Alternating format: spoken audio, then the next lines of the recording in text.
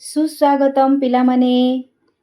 आज आमे पंचम श्रेणी भाषा महक बहिर पाठ 2 न्यायर सिंहासन पाठटी को पढ़िबा। प्रथमे मु पढ़िबी, तमे माने सुनिब, तापरे निजे मध्य पढ़िब। पाठ 2 न्यायर सिंहासन। अनेक वर्ष तलर कथा। उज्जयिनी नामरे एक ऐतिहासिक तथा प्राचीन नगरी थिला। सेठारे भोजराज नामरे जणे राजा राजत्व करुथिले। तांक नगरी को लागी धारापुरी बोली गोटिए ग्राम थिला। सेठारे एक सुदीर्घ पड़िया थिला। प्रत्येक दिन अनेक पिला सेही पड़िया को खेलिबाकू आसंती। पड़ियार गोटिए पटे उच्च चिक्कण पथरटिए थिला। पिला माने मिसी सेठारे गोटिए मंचा तैयारी कले। मंचाटी सिंहासन भली देखा जाउथिला। मंचा तैयारी परे पिलाटिए सेथिरे थिबा पत्थर उपरे बसी पड़िला। सबु सांगंकु डाकी कहिला, ए सिंहासन आजिठू मोर, मु राजा, तुम्भे माने मोर पारिषद वर्ग। तुम्भे माने जण जण करी तुमर अभियोग मो निकट को आण, मु से गुड़िकर विचार करिबी। सभिए मिसी विभिन्न प्रकार अभियोग गोटिए परे गोटिए राजांक निकटरे उपस्थापन करती। पिलाटी मंचार सिंहासन रे बसी समस्तंक अभियोग शुणे ओ तुरंत समस्तंकु खुशी कला भली फैसला सुनाए। पिला माने नियमित एभली खेल खेलती ओ बहुत मजा करती। पड़िया देई जाउथिबा बाटोई माने मध्य पिलांको एही खेलकू उपभोग करती ओ राजा भावे पंचासीन पिलाटीर विचार शैली को देखि आश्चर्य प्रकट करती। बेले बेले निज निज मध्यरे कुहाकुही हुअंती कि ए बालक देहरे किछि दैवी शक्ति रहिछि, फलरे से एभली सुंदर ओ उपयुक्त विचार प्रदान करि पारुछि। दिनकर कथा। 2 जण कृषक सेमानंक मध्यरे होइथिबा कलिर विचार पई राजांक निकटकू न जाई मंचरे बसुथिबा पिला निकटरे उपस्थित हेले। दुहे सेमानंक कली विषयरे पिलाटीकू कहिले। पिलाटी गंभीरतार सह सबु शुणिला। शेषरे से दुहींकू एपरी फैसला सुनाइला जहा शुणी दुहे आश्चर्य होइगले। सेही दिन ठारू लोकमाने निज निजर आपत्ति अभियोग को नेई आउ राजांक निकटकू न जाई सेही पिलाटी पाखकू आसंती। पिलाटी सभिंकू संतुष्ट कला परी न्याय प्रदान करे। फलरे पिलाटीर जस सबुआड़े व्यापीबाकू लागिला। राजांक निकटरे पिलाटीर ख्याति पहुँचीगला।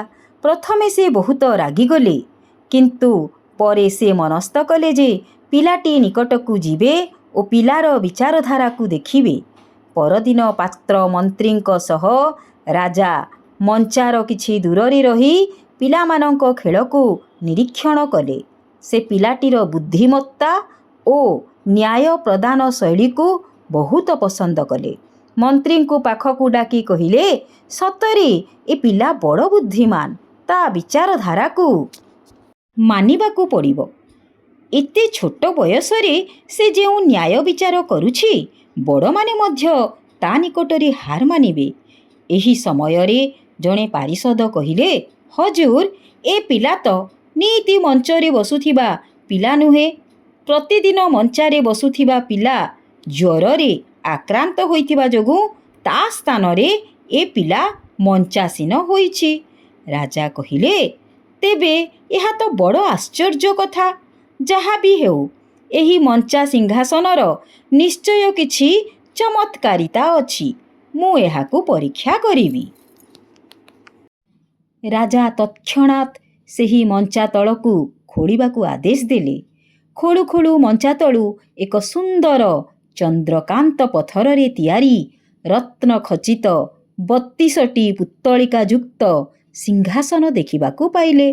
सिंहासनर 4टी गोड़रे 4 जण देवदूतंक ମୂର୍ତ୍ତି ଖୋଦେଇ ହୋଇ ସିଂହାସନର ଶୋଭା ବର୍ଦ୍ଧନ କରୁଥିଲା।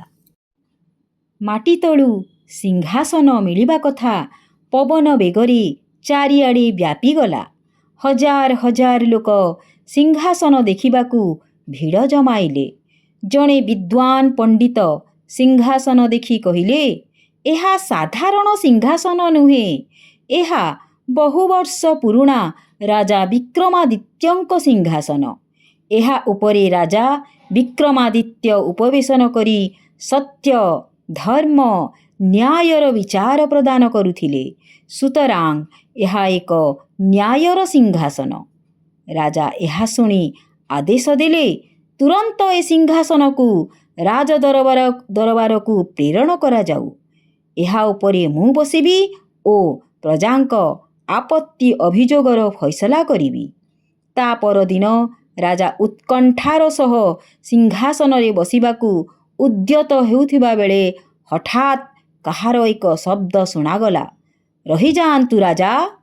ରାଜା ଚାରିଦିଗକୁ ଚାହିଁଲେ, କେହି ନାହାନ୍ତି। ସେ ପୁନର୍ବାର ସିଂହାସନରେ ବସିବାକୁ ଆଗେଇ ଯାଆନ୍ତେ, ପୁଣି ସେହିପରି ଶବ୍ଦ, ରହିଯାଆନ୍ତୁ ରାଜା ବୋଲି ଶୁଭିଲା।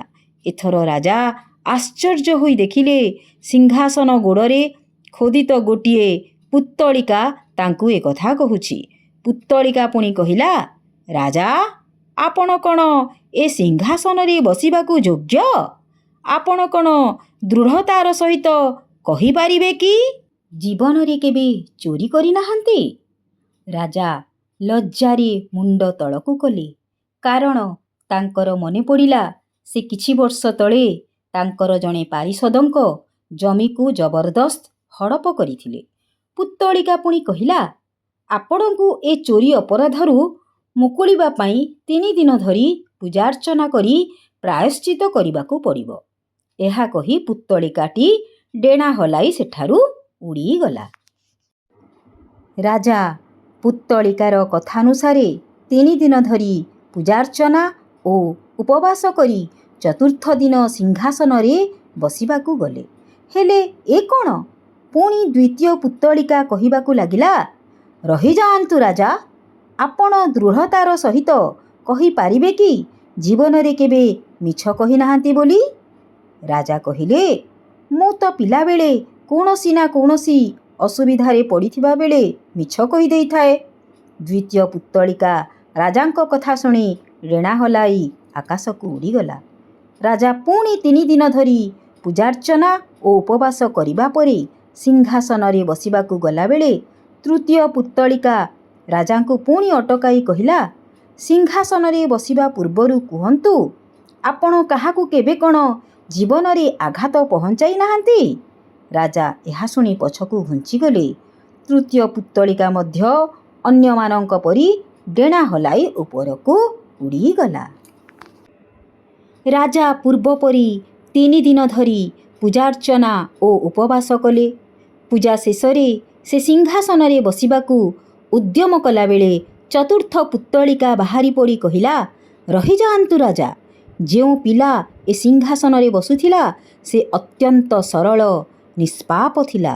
ତା ମନ କଳୁଷିତ ନଥିଲା। ତୁମେ ଯଦି ନିଜକୁ ଯୋଗ୍ୟ ବୋଲି ମନେ କରୁଛ, ତେବେ ଏ ସିଂହାସନରେ ବସିପାର। ରାଜା ବହୁତ ସମୟ ଧରି ଭାବିବାକୁ ଲାଗିଲେ। ନିଜକୁ ନିଜେ କହିଲେ, ଯଦି ଗୋଟିଏ ସାମାନ୍ୟ ପିଲା ଏ ସିଂହାସନରେ ବସିପାରୁଛି, ତେବେ ମୁଁ ରାଜା ଭାବେ ତ ଅଧିକ ଯୋଗ୍ୟ। ପୁଣି ମୁଁ ଧନବାନ, ବଳବାନ ଓ ବୁଦ୍ଧିମାନ।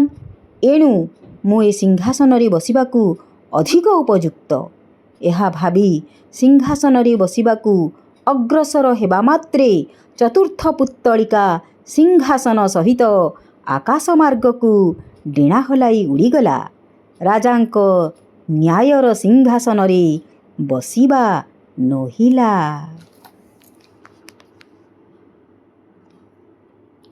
ତେବେ ପିଲାମାନେ, ଆମେ ସମସ୍ତେ ଏହି ପାଠଟିକୁ ଶୁଣିଲା। ଆମେ ନିଜେ ଏହି ପାଠଟିକୁ ପଢ଼ିବା ଏବଂ ମନେ ରଖିବା।